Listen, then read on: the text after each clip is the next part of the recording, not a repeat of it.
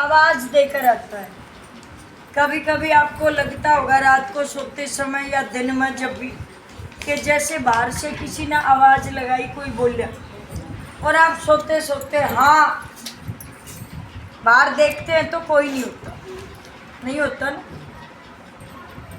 वो दुख ने आवाज लगाई, दुख बिना इजाजत के। जैसे कि हमारे घर में कोई भी आया तो बाहर से आवाज लगाता ना गेट से, और फिर हम गेट खोलते हैं और उसको कहते हैं आजा भाई।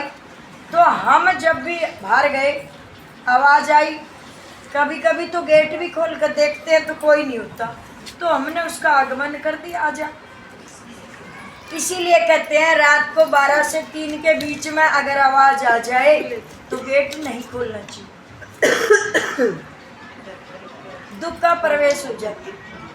और सुख और दुख की अभी थोड़ी देर पहले आपको बताया था कि बारी होती है। जब सुख है तो उसके बाद दुख आएगा, दुख है तो उसके बाद सुख आएगा। जैसे रात के बाद दिन और दिन के बाद रात होती है, कोई रोक नहीं सकता, ऐसे ही दुख और सुख भी जीवन में आते ही रहते हैं। लेकिन सुख में अगर प्रभु को इतना याद करें कि हे प्रभु दुख, मुझे पता है दुख आएगा, इसके बाद आप मेरे साथ रहना और ऐसा दुख देना कि मैं आपके सारे से बर्दाश्त कर सकूं। दुख में भगवान को सिर बांध कर छोड़ नहीं देना चाहिए कि ले रखा राम का नाम छोड़ नहीं। ये तो विधि का विधान है। सीताराम सीताराम सीताराम कहिए, जय विधि रखे राम भाई। विधि का विधान जान, हानि लाभ सही, ये आएगा। लेकिन कभी कभी हमारे हाथ पैर पे कीड़ी आ जाती है और चली गई, काटा नहीं, आई थी पर चली गई।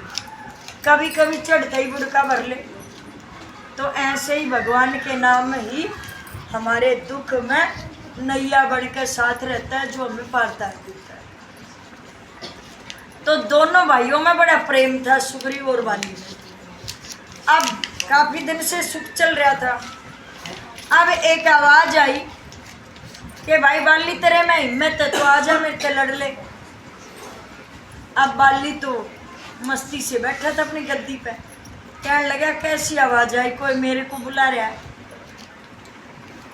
उसकी पत्नी ने कहा मत जाओ, अभी समय ठीक नहीं है। बोला मैं किसी से डरता हूँ।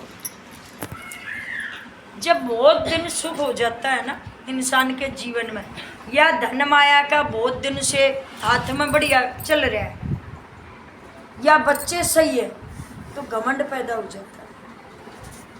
बहुत ज़्यादा सुख पाकर मानस का घमंड हो जाता है। तो भगवान बोला यो जल बिच पेड़ मिर्च का, या हर की लीला न्यारी है।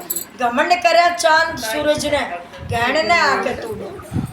तो घमंड जब चढ़ जाता है तो उसे तोड़ने के लिए भी भगवान ने रास्ता बनाया।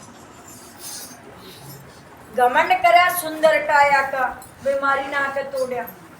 घमंड करा धन माया का, टोटे ना आके तोड़ा। तो हर चीज को बनाने वाले और तोड़ने वाला परमात्मा के हाथ में डोर है। तो जब ज़्यादा घमंड चढ़ जाता है तो भगवान किसी तरीके से उसको तोड़ता भी है। सुख सदा नहीं चलता, एक लिमिट होती है। जब घड़ा भर जाता है दुख का भी और सुख का भी, तो बाहर रिसेगा। सुख और दुख जब मटका उसका भर जाता है तो जितनी उसकी लिमिट है उतना तो उसमें आएगा, उसके बाद बाहर निकलना शुरू हो जाता है। और बाहर निकलेगा तो दुखी करेगा। अब बाली अपने गदा लेकर उसके राक्षस के पीछे भाज लिया। भाई कौन था जो मैंने बुलावा है? क्या उसका भाई सुग्रीव भी चला गया। बोला भाई भाई गया तो मैं भी जाऊं। और भाई असली भाई होता है जो भाई का साथ दे। अगर अपने रिश्तेदार, अपने यारे प्यारे, अपने परिवार सुख में साथ देते हैं,